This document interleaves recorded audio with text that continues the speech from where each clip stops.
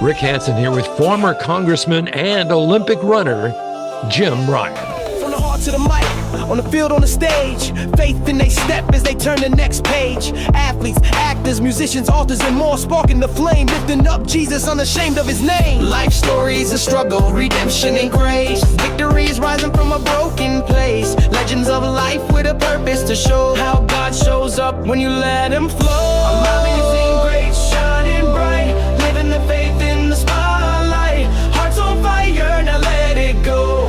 Turn it up, it's time to start the show. Well, hello, and how are you, Jim Ryun? It's great to see you. Rick, it's great to be with you again. I think you had said it's been about 5 years. Doesn't seem like it's that long, but wow, time flies when you're having fun. Yeah, no kidding. So that was, it was our first season of doing Amazing Greats. It was back in 2021, and you were episode 23, and I'm gonna post that in the description of this podcast so that people could go back and listen to our conversation, because it was a great story about your life. You've had an amazing life. And so we tracked it pretty closely from year to year and decade to decade. And so rather than repeat that all over again, we're going to talk about some other things, pivot to some different things that make up what Jim Ryun is all about. But I thought, just for context, for people who did not listen to the previous episode, we'd run through a bit of your life story. So we're going to try to do this in just a couple of minutes and then move into, the meaty stuff for this particular episode. Okay? Sounds good. That's all right. So here we go. So first of all, you were not a great athlete in high school. You turned out for all the teams that you wanted to play on, and nothing came to be. And you had a prayer back in those days. Even then, you were going to God for some help. And what was that prayer every night that you made? Well, I failed the baseball team, which was the church baseball team, and the junior high basketball team couldn't make the junior high track and field team. And I remember something the pastor had said about prayer, how important it was to communicate with God.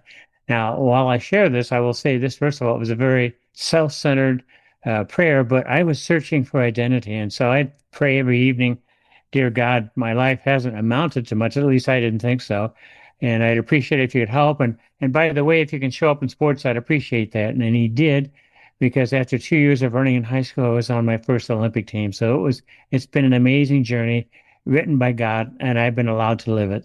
Yeah. How cool is that? So you were a 3-time Olympian, and there's some amazing stories that if you go back and listen to our interview prior to this, they can hear all of those great stories. But you were the high school record setter for the under 4-minute mile. Nobody had ever done that before. And in fact, your record held for under 4-minute mile for like 36 years or something like that. Hard to believe, isn't it? Hard to believe, and yes, it is amazing. Everybody, I think wants to know how fast you're running the mile these days. I'm actually walking more than I am running. At 78, I'm happy to be moving around and grateful for that. So my running is, for the most part, in the past, and yet I stay very, very active. So is it a 13-minute mile or a 15-minute mile? I don't even want to speculate on it, but it's so slow that I kind of look at it now and then and I go, did I really run it at 4 minutes in high school? And I have to look at some of the videos, and yes, I did. That was a long time, last century, in fact.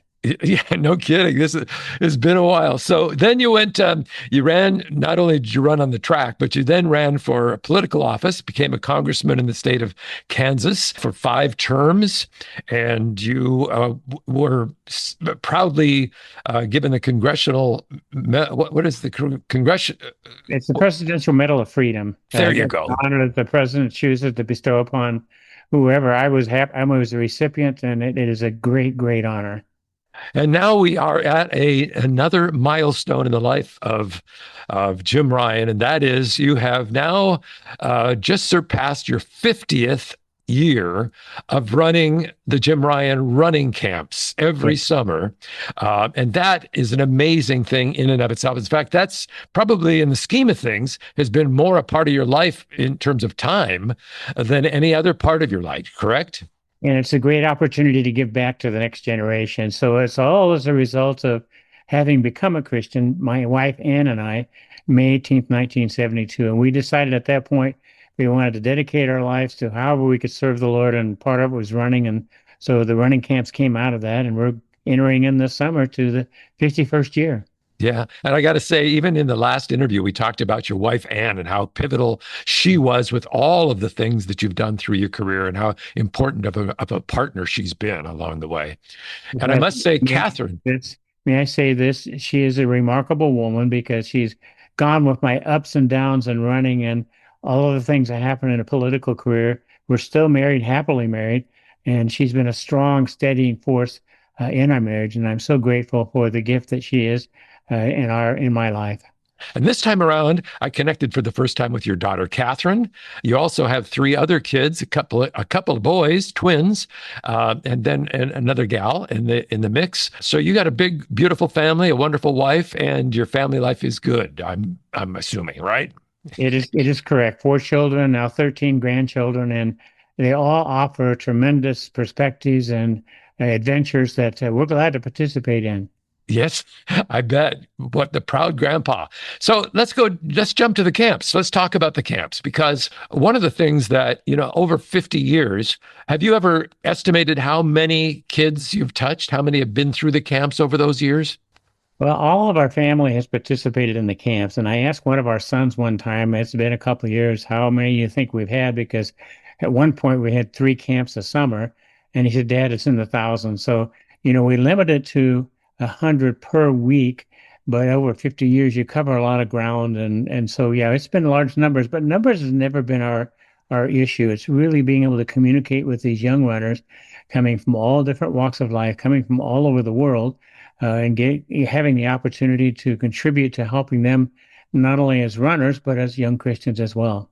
So over the 50 years, there's got to be some things that have changed with the actual physical running abilities, the tools that you use, the training that you do. Has there been dramatic change in that regard? Well, there have been a number of things, Rick. For example, when I started out in the 60s, we had very little understanding of the physical and psychological makeup of running. In fact, what we tell our campers is you have the benefit of not just me, but the staff and all the experiences over 50 years to give you the best possible experience because, we didn't understand, for example, how much threshold running, how important it was. Well, that becomes a big part of it. The different types of methods of training, the types of shoes, the diet. We understand so much more than what we did in those days. And so they have the benefit of coming and learning from us. In fact, that's why we have campers that come back in the second, third, and fourth, and fifth years because they recognize, as one of our campers who was a doctor came and he said, this is high level stuff. He said, I'm a doctor, but I think this is PhD in running. And that's because we offer our campers as much information as possible and knowing that they can't absorb it all in one week, although they have the opportunity, but they continue to come back year after year because there's so much more to learn. That's incredible. You were talking about threshold. What does that exactly mean? It's being able to run what we call just a little bit harder than what you think you can. At the same time, you can run that for a tempo, a certain period of time that allows you to increase your threshold, your ability to sustain pain and be able to run at a good pace. So all those things are things that we talk about and teach in camp. We talk about plyometrics. My wife does a wonderful teaching on diet, what they can eat, what they shouldn't eat. And of course, one of the things they shouldn't be eating is absorbing so much sugar. Sugar is a tremendous detriment to their ability to run fast and to maintain good health. So it all comes in a package starting on a Sunday, ending on Friday. In fact, you can go to our webpage, RyunRunning.com, get all the information. Camp this year, we have 2 one-week camps. They're in the beautiful city of Colorado Springs, but it's right at the base of Pikes Peak. We call it the Pikes Peak regional area, and it's a wonderful camp with great weather and just a little bit of altitude, giving them that opportunity to understand how to expand their ability to sustain pain. How did this no sugar thing go over with the campers? Well, it goes over pretty well, although there's some adjustments they need to make. And it goes over in the sense that they understand that it eats away at their energy and their health. And if you put it in a form like my wife Ann does, and the staff emphasizes, that it's not the good thing that some people have purported, but that it will steal from you the very thing you're trying to do, and that is to run fast and to stay healthy. Yeah, that makes all of a sudden makes sense to them for sure. So what about cell phones and social media at camp? Well, we have a policy that they can have their cell phones on in camp, but when we're in camp session, they can't be using them at that point because they're there for a lecture or they're running. We want them to have their full attention. So it's a part of it. We encourage the social media aspect of it in the sense of letting their friends know what a wonderful experience it is. In fact, one of the things we do at camp is called FOB. With first day, a lot of campers will ask, "What is FOB?" Well, that's flat on your back because one of the things that helps you as a runner is making sure you rest. When I was in high school, I had two study halls, one to study and the other to sleep in. And so we emphasize that. And when they're flat on their back, if they can't sleep, it's a great opportunity to write home to mom and dad or whoever and say, "This is a great camp. Can I come again next year?" Oh, yeah, yeah. There you go. Self-marketing. That's a good There you idea. go. Sure. We're talking with Olympic athlete and former Congressman Jim Ryan on Amazing Greats. Okay, so the nuts and bolts of running is important, but there's a huge other ingredient that you integrate into camps every year, and that is the character building and the spiritual and the faith aspects of making a whole person. So tell us more and kind of in depth about how you ingrain spirituality into the running. So we have a pastor who was a former professional soccer player from Ocean City, New Jersey, Matt Mayer. He's come in for the last several years, and the campers really enjoyed listening to him. He has a remarkable life. Again, he was a professional soccer player, and through a very unusual set of circumstances, he ended up one night after a game and when he sustained an injury, driving under the alcohol influence and killed a man. And Mm. so he went to prison. In that period of time, he was reformed. He'd been raised in a Christian home, but really didn't take ownership of it until his time in prison. He did then, and he has a remarkable story to tell, and he communicates very, very well with these young runners, talking about, the life of Christ, the disciplines that go with it, what you as a person, how you can develop your character. In fact, one of the things I talk about in camp, and Matt actually emphasizes, is that, as runners, we have time trials, and time trials, in my opinion, were always very challenging, but they were a measure of where you were in your training. And those time trials as a Christian are the trials that come that allow your faith to be growing. They allow your faith muscles to grow so you can sustain the challenges that you will have in the world. As a Christian, you're never going to be immune from them. But if you have the tools to work with, you'll be able to combat that and have a much more enjoyable life as a Christian. So out of the camp, they're learning a whole lot more than Mhm. just about the physical body and their running ability. So, and that is such an incredible part of it. You're involved in the camps every time around? I mean, they're the whole time. Kath and our director is there. My wife, Ann, is there. We have staff that have started coming as campers, and they've been there now 15 years. They're part of staff. They're part of the teaching staff.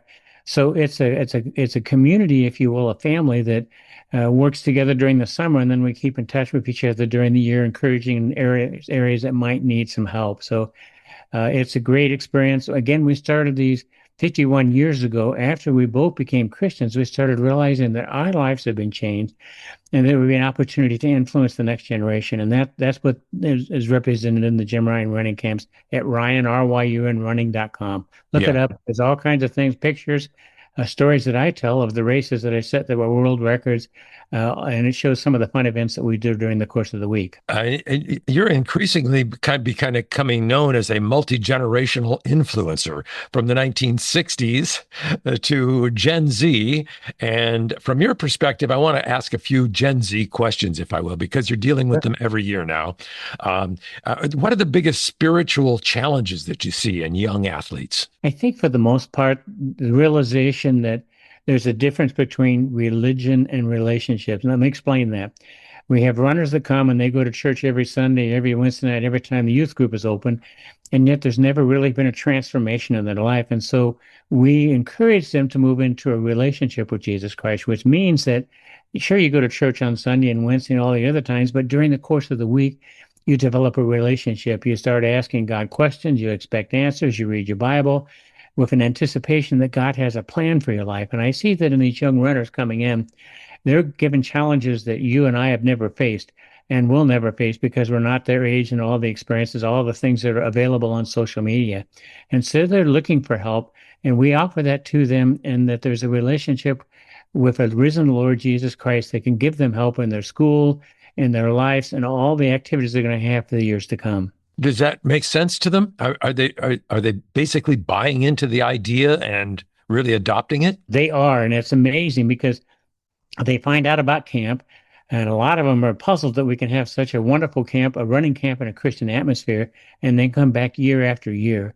So it's not only buying into it, but taking ownership of it. They start realizing there's a great opportunity for them going back to the schools and with their teams and having an influence and helping their teammates and their coach and their classmates in all different walks of life. Yeah, we hear so many bad stories about what, the youth of today, and all of those things. And I'm sure our parents said the same things about us back in the day, but it was all a whole different set of circumstances. But there is that generational gap, and sometimes crossing that gap and bringing them into the wisdom that you and your staff have been able to accumulate over the years and now contribute with is a great gift to these young people. And I'm just happy and grateful to see that they're buying into it. They're saying, yeah. And if I can say this, Rick, I think one thing that helps us is we're transparent with them in the sense that we as adults, as older Christians, have trials and temptations and all kinds of things as well. And so if we're transparent with them, that helps them understand the honesty and the integrity and the purpose and a hope for the future. And so that's a big part of what goes on, because as the staff works with them during the course of the week, they have stories to tell, they have experiences to share, and that's what makes the camp to come alive in such a fashionable, wonderful way. Now, do you actually do a chapel service? We have a chapel in the morning, about 20 to 25 minutes. And one of the complaints we have when camp is over, can we have more chapel? Well, I remind them that it's a running camp in a Christian atmosphere. We give them everything we possibly can in the area of running. But Matt Mayer has a wonderful ability to communicate with these young people that it incites them and gives them hope, and they want to hear more and more. And so that's why, that comes up. And in fact, at the end of camp, we do a survey. And it used to be I was number one on the survey, but I'm not anymore. Matt Mayer is. They love him and they want to hear more. And I think they're looking for hope and direction. And we're happy to be able to provide that for them. Yeah. Is there such thing as, do things happen like you see actual people coming to Christ, making a proclamation that way, or not so much? We give that opportunity to them. Many of them come as Christians, and this is a growth for them. Some of them go home, and as a result of everything that's happened, have that transformation. It's there. We give them that opportunity, but more and more as time goes along, it really serves as, if you will, an opportunity for growth in their spiritual life, and it's enriching. See, we as a staff, we benefit from that too. We get to hear their stories and the things they've gone through, so that it's enriching for us as well. Yeah. Well, the other person that gets good high marks on the reviews, from what I understand, is your wife, Anne. Oh, yes, absolutely. She is the mother of the camp, and the campers all love her. Her personality is one of bubbly, vivacious. She was a cheerleader in college, so this transfers to being a cheerleader at the running camps. And they all love her dearly because she has this amazing personality that allows her to understand, identify with them, and give them hope and a purpose for their lives. Yeah. The story, a couple of things that I uncovered were people that get homesick at camp, and nurtures them back to being not so freaked out about that. Yeah. That's her skill. That's her gift for sure. It's a gift she has. Yes, it's unique. She's never met a stranger. First day of camp, she knows more about, or as much about them as she'll know as the whole week goes along, because she relates to them very well. Yeah, that's so great. We're getting the inside scoop on a running camp for kids in the 51st year on Amazing Greats. Okay, so if you don't mind, I want to jump into your personal story, just ask you a few personal questions about your own faith journey.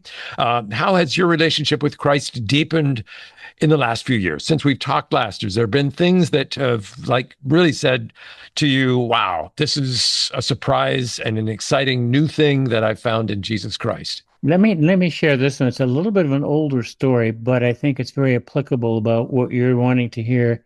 And one of the transformations that took place in my life, this took place when we lived in Santa Barbara. I was a young Christian at that point, had gone to the beach in our car for a reason I don't remember, but was having what I call a quiet time. I was reading my Bible and just kind of praying and seeking the Lord. And I started to notice on my left somebody walking up to the window, and the closer he came, the more I realized that it was a homeless guy. And so he Mm. came to the window and he said, "Do you have anything you can give me, any money or anything?" And I said, "I don't have any money, but I have something else that's free." And I thought at that point he'd be upset with me because I didn't give him any money, but he sat down outside the car door and he said, "Tell me about it." So I shared how I had become a Christian and what a difference it made. Now, having said that, if you can picture this, Rick, in one respect, I'm sitting in the car visiting with this man, and then all of a sudden I have this conversation at the same time with the Lord, and the Lord is saying, "Now, show your Christianity by taking him to breakfast." And I thought, wow, that's going to be tough. But you get him in this car. It's a fairly new car. He smells, my wife hasn't been in that seat very much. And so I thought, well, okay, Lord, I'll ask him. He probably won't want to go. So I said, "Sir, if you'd like to have some breakfast, I'll be happy to treat you." Before I got those words out, all of a sudden he's in the car beside me. And I'm thinking, oh my. So we went to McDonald's and got some breakfast. And when we finished, I took him back to the beach. And again, I'm having that conversation with the Lord while I'm talking to him. And the Lord said, "Say you meet him back here next week." And I thought, okay, I'll say that. But he probably won't be there because he's one of these guys that drifts in and out of town. I said, how about next week? Same time, same place. And he said, "Yeah, that sounds great." And I thought, okay, so I went home. So the next week came that morning. The family put together some coffee and some, snacks before breakfast. So I went down with this hope that I would see just this man.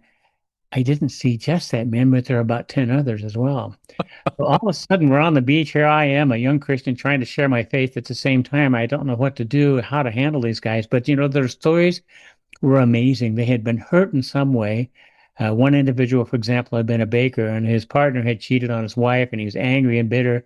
So he ran away, trying to hide from all of this, and that was true of all of those in that gathering. So we met, we talked, I just shared Christ with him. We had breakfast, what I could take to him in the morning. That went on for a few weeks, and one of the mornings I was to meet him, went down to the beach area again, and they never came back. They were all gone. Oh, So the reason I share that with you is that that's one of the things that transformed my life was not just reading your Bible, but putting into action, doing what you can to reach out and share that life with somebody else. And for me, that was a transformational moment because it was taking me out of my comfort zone into an area with my paradigms being changed to the extent that I realized people want to see action, not just what you have to say. and God does that. He puts you in uncomfortable positions, and it's up to you, to make the leap to do that. And here you are doing a church plant on the beach. Exactly. It was amazing and still becomes a measure for me to remember that that's part of what we are to do is to put ourselves in positions that God can use us. Yeah. Yeah. So you're in public life, being in public life for so many years, from an elite athlete to your time in Congress, to now the running camp and all of the things you speak at places all over the world. And so the question is how do you keep those two things together? I mean, your faith and your public profile, is that a difficult position to be in? It is, but it's not. Let me explain again another transformational moment. When I was running for Congress, I had one reporter that came up to me. I was in the process of running for the U.S. House and Second District of Kansas, and she said, "You're very open about your faith, and you do understand, don't you, that religion and politics don't mix?" And I said, "Well, that may be true for some, but for me, it mixes because had I not have become a Christian, I would still be the typical athlete thinking the world revolved around me. But once I became a Christian, I realized that I was to serve people and help them. And I said, my hope and prayer here is that the people of Kansas will agree with that. They'll put me in office and I'll do everything I can to serve them from Washington, D.C. back to Kansas." So, it was a moment when putting into practice, getting off that pedestal and becoming a servant is very vital if you really want to have a good testimony. The guy that I don't want to get into politics because that's always a scary place to go. But there is a guy that I really admire and have been watching him from afar is James Tallarico, who is very bold about being public about his love of Jesus and following Jesus. I don't know if you followed him at all, but he's a great guy. Okay, good. No, I haven't followed him. What's something he'll be praying about today? I think he's praying about the challenges, since we're talking about young people that they experience.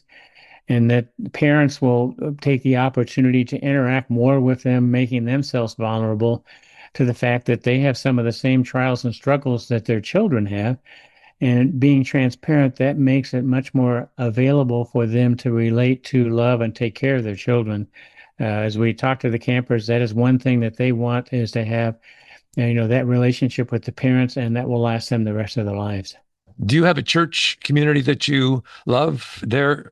You're in Florida, right? We're in Tampa, yes. Yeah.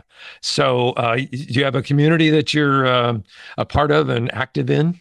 Well, we have a community we're involved in with some other believers, and we attend church. And, for us, really, it's that opportunity on Sunday or whenever during the course of the week to share either a Bible verse or a story or a scripture that will allow you to grow. For example, one of the things that helps me is my mornings, if you will, quiet time. I spend a lot of time in interpreting Bible from John Corzon, Courson, Jon.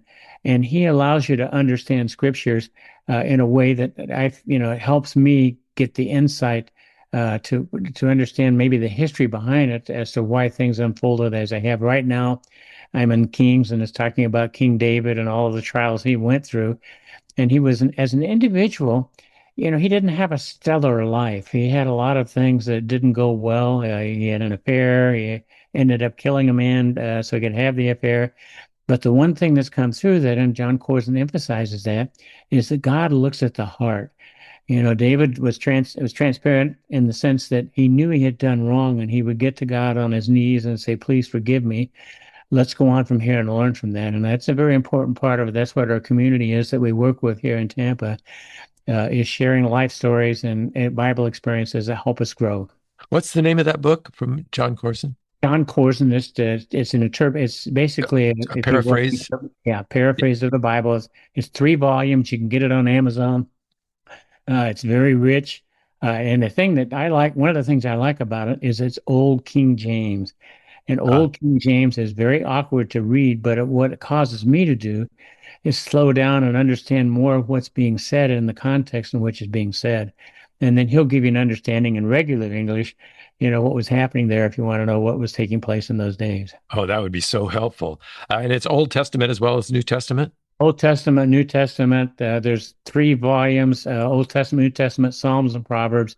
So it's extensive, and I think very, very rich. Oh, good. That's good to know. I'm gonna pick that up and definitely take a look at it because that's with all Christians, and you don't remember, but I'm a fairly new Christian, so Bible reading is not something that is comfortable for me because it's difficult to understand, and in most, especially the Old Testament is more difficult than the New.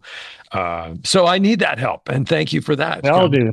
Rick Hansen with the life mission of Jim Ryan and the story of his amazing running camp. When I started out, it was, if I may say, NIV, National, what is it? Yeah, NIV, and it helps me. It was very understandable.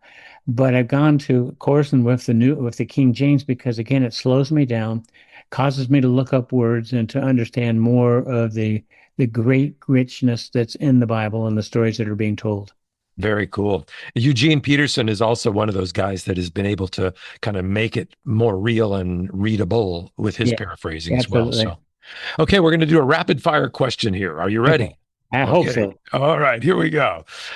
Olympics or Congress? Where did you feel more pressure? That's an interesting question. I felt pressure in both of them, but both of them were related to the internal pressure of expectations that I put on myself.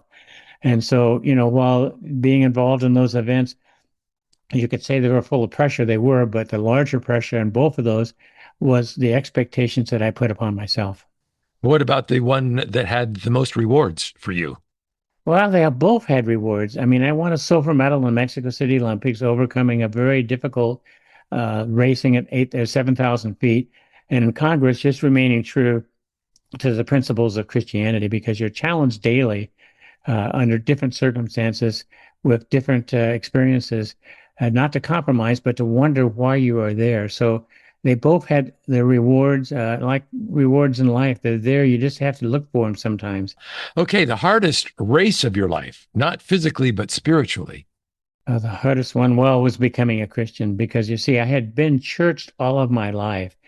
And then in 1972, I started having on the way to what I hope would be a third Olympics and Olympic gold medal. Running well. It was a 351 miler, but when you're running 419 on national television, that's not exactly the time or direction you want to go. So I was in a way angry of God. I kept saying, "What's happening? Why is that not going well?"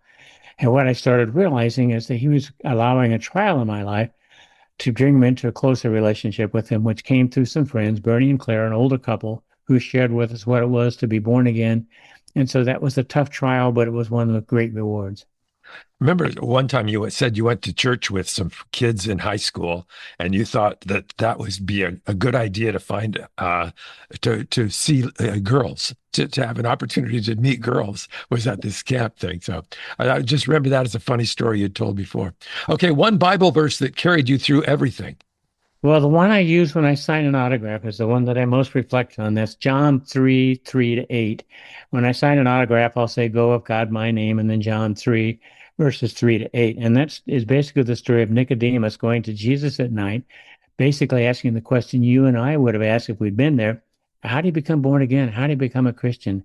And that message is very profound in that scripture. And that to me is one that not only encourages me, but sends a message along with the autograph.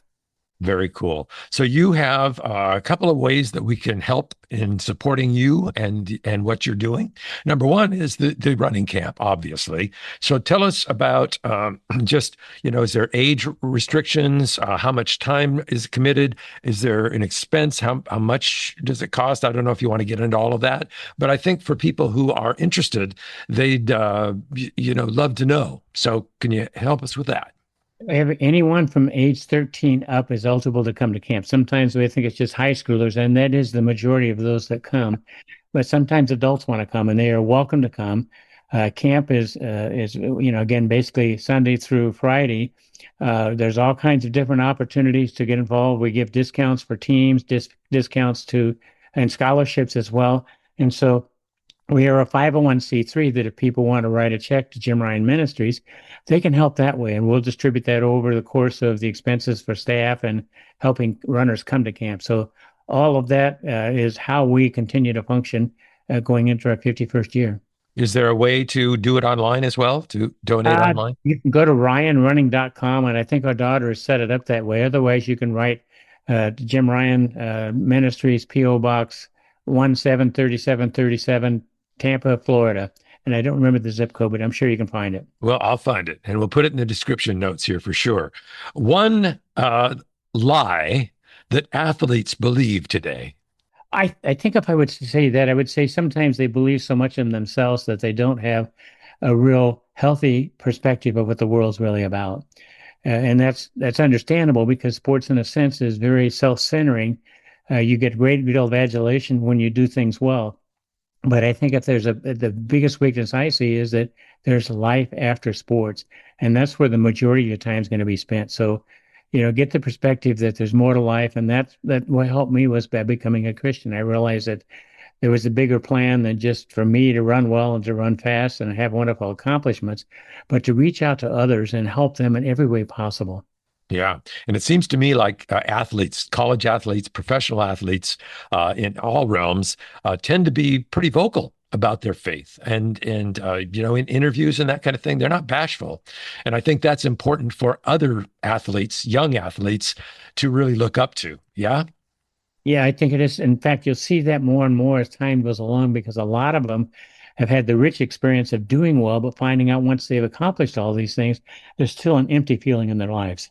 Yeah. And we've talked to a lot of athletes on this podcast because I love getting their stories because they always have trials and tribulations and triumphs. And it's all a part of everybody's life, but it's really obvious in an athlete's life, because they're on stage all the time. So you do have a book out. It's been out for a while. 2008, I think you published the book, The Courage to Run. Is it still available to the public? You can find it online, Amazon and other places. We don't have many of those anymore, but they are sometimes available at our ryanrunning.com website. It is basically a 60-day devotional in which I take running experiences and put them together with a scripture that provides encouragement. And it's been well received, and we still get some very nice comments about it. All right. I did not know that it was written as a devotional. So that's very cool. How else can we support you? Is there anything else that we as a community can help you with, or your community with? I think just continue to pray for the staff and the campers. The staff puts aside 2 weeks every summer to come to camp, and that means they have to figure out how to plan their schedule for that. And they give up a lot to come. And then also prayer for the young runners coming, that they'll have that experience that will help them travel on to the rest of the journey and see what is possible, that running is an experience that lasts, but there's much more in the years ahead. All righty. Well, do say hello to Anne, although she doesn't know me, but tell her I admire her from afar. I will pass that along. And to Catherine, too, who is wonderful. She's the one that kind of got us back together again to do this today. So appreciate that as well. God bless you, Jim Ryun. Thank you so much for what you're doing and what you do. Thank you for this time. I really appreciate giving me the opportunity to share, and then the way you handle all the questions along the way. So God bless you as well. Wow. The story of a life well lived by the grace of God. Thanks for joining me for a very cool conversation with Jim Ryun, a guy whose amazing story exemplifies the value of a life of service. Thank you for taking some time to listen in on our show today. Please help us out by recruiting family and friends to join our podcast family. Have a great day, and God bless.